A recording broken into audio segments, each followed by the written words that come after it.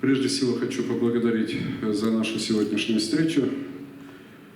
И, Игорь Иванович, вам сказать огромные слова благодарности за то, что ваше отношение к системе образования, независимо от того, что у главы администрации очень много разных функциональных обязанностей, да и, честно говоря, работу главы не всегда оценивать только по успехам в системе образования. Вы продолжаете этой сфере уделять огромное внимание, сами уделяете огромную часть своей жизни и времени, и нас заставляете по району ездить. Вот только что Игорь Иванович сказал, я уже второй раз в этом зале, некоторые, может быть, уже и виделись с некоторыми. Ну, а сегодняшняя встреча, фильм вот посмотрели, жизнь очень быстро развивается, и для того, чтобы университет, любое учреждение могло стабильно существовать в этом динамично меняющемся мире, оно должно все время двигаться само. Если мы даже медленнее начинаем двигаться, то значит мы отстаем.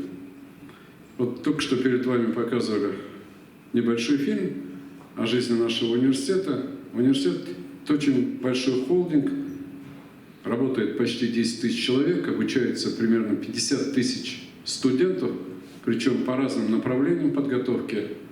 Наверное, легче перечислить, чего у нас нет, чем сказать, что, какие направлениями мы занимаемся. И мы поставили несколько лет перед собой задачу развиваться в масштабе мира в результате глобальной конкуренции. Вот когда ты конкурируешь с известными в мире учебными, научными центрами, значит, ты все время становишься или находишься на этапе востребованности. Если наша с вами работа никому не нужна, то мы обречены на плачевное существование. Если все, что мы делаем, востребовано властью, бизнесом, обществом, значит, за нашу работу кто-то платит, значит, мы можем развиваться. Когда я говорю слово «платит», обычно система образования всегда рассчитывает только на бюджетное финансирование. Я вот вам скажу, что у нас бюджет прошлого года мы закончили почти 13 миллиардов рублей, и большую часть мы заработали сами. За это меня часто иногда критикуют, говорят так, что Гафуров превратил в университет в бизнес-структуру, но это не совсем так. Дело в том, что платят за наши исследования, за результаты внедрения наших научных продуктов, а это говорит о том, что мы нужны бизнесу, значит, все, что мы делаем, оно нужно именно сегодня, либо мы работаем на формирование рынка труда завтрашнего дня.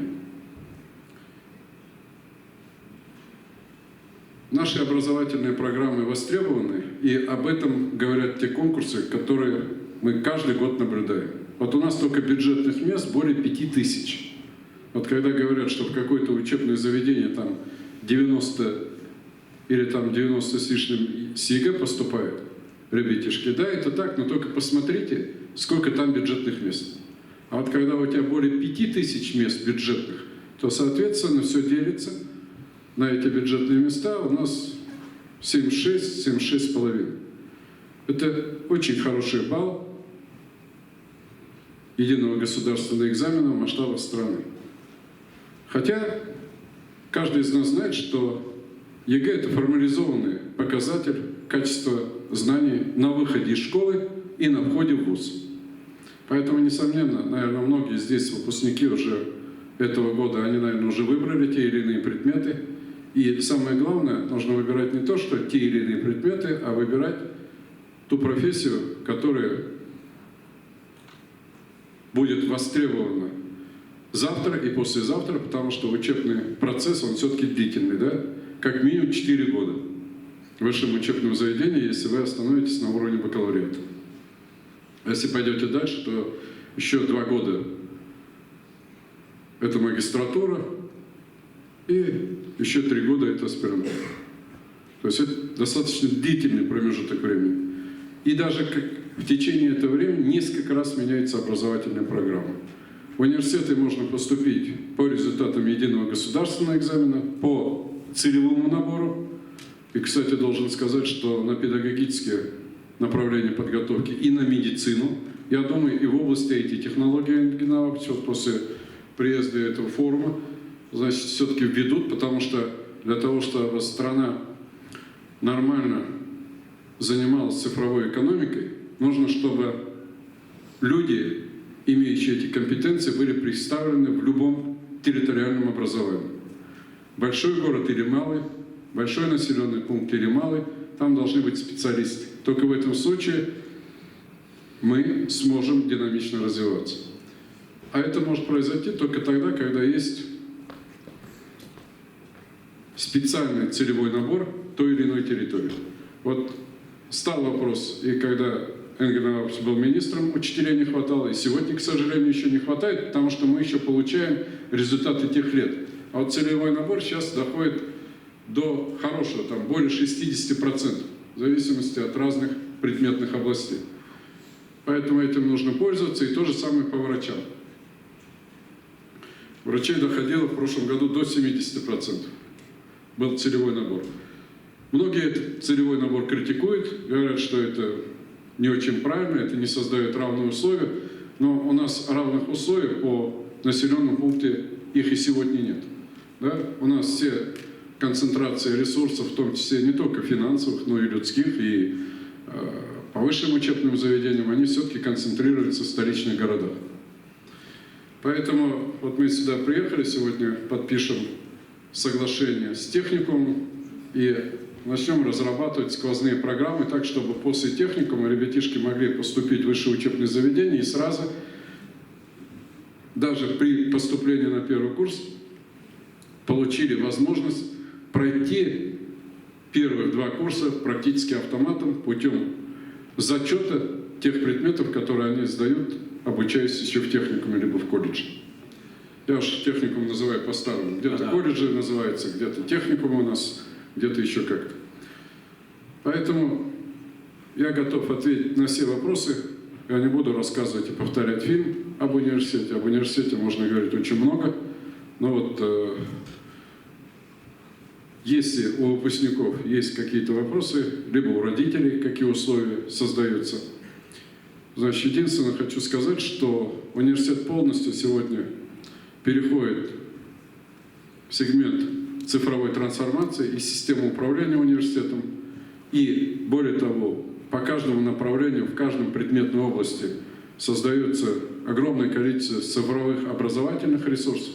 Это дает возможность обучающимся студентам выстраивать собственную персональную траекторию обучения.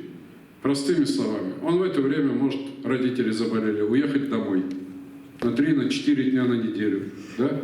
И здесь он, используя эти цифровые образовательные ресурсы, без проблем обучается и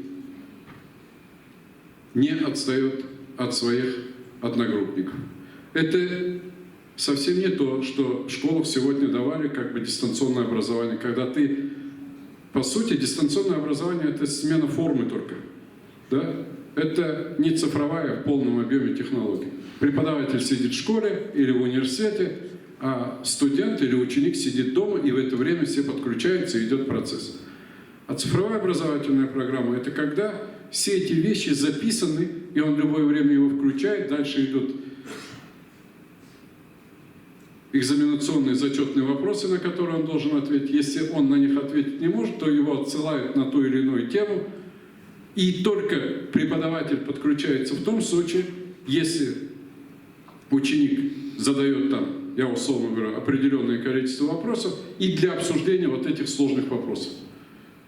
Зачем объяснять все то, что и повторять, пересказывать учебник, все то, что ученик сам может выучить? Конечно, это не просто сразу достается. Вот многие критикуют, вот в период перехода особенно говорили, что это не то образование. А это заставляет ученика или студента самодисциплинироваться. То есть он должен четко понимать, что каждый день он должен заниматься, а не просто дома спать и смотреть телевизор. Весь мир так обучается, и если бы пандемии не было, наверное, мы бы еще растягивались, долго спорили на разных площадках, там 3-4 года еще. Не зря сегодня принимаются или поправки в закон об образовании, которые будут регламентировать порядок цифрового образования. У нас уже сегодня многие предприятия, банки в особенности, давно перешли на удаленный формат работы, и они все справляются. Вот у меня так получилось, что дети отдыхают сейчас, а у них друзья в Лондоне работают юристы. Они тоже к ним приехали. Я говорю, дайте трубку. Он говорит, нет, она работает, она ведет судебный процесс в Лондоне дистанционно. Но там есть для этого специальные поправки, законодательно ввели, что все это учитывается, и какая разница, откуда вещает адвокат, юрист, либо обвинитель. Поэтому все это постепенно становится реалиями нашей жизни. Вот сейчас обходили мы, когда техникум с Энгелем Ивановичем говорили на возможность перевода ряда сельскохозяйственной техники в беспилотный вариант. Вот все привыкли уже, по воздуху летают, да, беспилотники, и у Министерства обороны достаточно много. А вот ауыл қожаларында әлі ол беспилотниклар жоқ. Механизаторлар көп райондарда жетмей, а ол автоматически обрабатывать ите тұрған техника болса, бүтін біздің басуларны, Энгель Иванович, роботқа ғана зарплата төлерге қалыр, да? Ол алай түгел, потому что сразу повышается интеллектуальный труд. То есть уровень работы механизатора будет совсем другим. Вот я вспоминаю 90-е годы, когда я тоже работал главой администрации, и первые американские комбайны привезли. Вот с Дона пересаживались, и комбайнер, механизатор, смотрю, телогрейку свою, ну все, я рядом стою, смотрю, молчу. Я уж не выдержал, когда он кувалду начал перекладывать. Меня там абзысь, а кувалда никакие. Ну ничек инде решат, а нам если кувалда. Механизатор кувалда со ничек меньше отлично дали. Я говорю, вот его, наверное, точно надо снять с комбайна, потому что, не дай бог, он с кувалдой залетит вот где-нибудь. Дороже будет работать, потом поправлять технику. Хорошо, то есть смысл такой, что вот у вас в Актанеше это удивительный район, где уделяется такое внимание и делается связь между учебными заведениями и высшими учебными заведениями. То есть СПО и начальные школы, общеобразовательные, точнее, школы, СПО формируют общие сетевые программы. Это очень правильно, потому что дети и их родители, которые ориентируют детей, они должны осознанно выбирать не вуз, а выбирать профессию, которой они видят себя по жизни. Эта профессия должна и кормить семью. Вот, наверное, мало кто из ректоров, если выступал, сказали, что так что выпускник, он продает себя самого. Ол өзінің зарплатасы біреу, анан соң қанағат болып яшарға тиіш. Он должен быть самоудовлетворен собственной жизнью, своими действиями, своей профессией, в конце концов, своим вознаграждением за свой труд. Либо, в противном случае, он должен формировать собственную компанию и формировать новый рынок труда. Пока, к большому сожалению, в основном процентов на 80, а реально и больше, мы, по сути, ориентированы на существующие технологии, на существующий бизнес, и мы готовим специалистов на существующие технологии. Да, они сегодня еще конкурентоспособны, но это все равно технологии вчерашнего дня. Поэтому в университете особое внимание уделяется сегодня вопросам биологизации всего образования. И я уж не говорю о цифровых технологиях, которые сквозным проходят через все предметные области. У нас и гуманитарии изучают IT-технологии. Есть специально два института, третий ФИСАК больше занимается защитой информационных технологий. Но одновременно, у нас 4000 контингент студентов чисто готовятся быть IT-специалистами.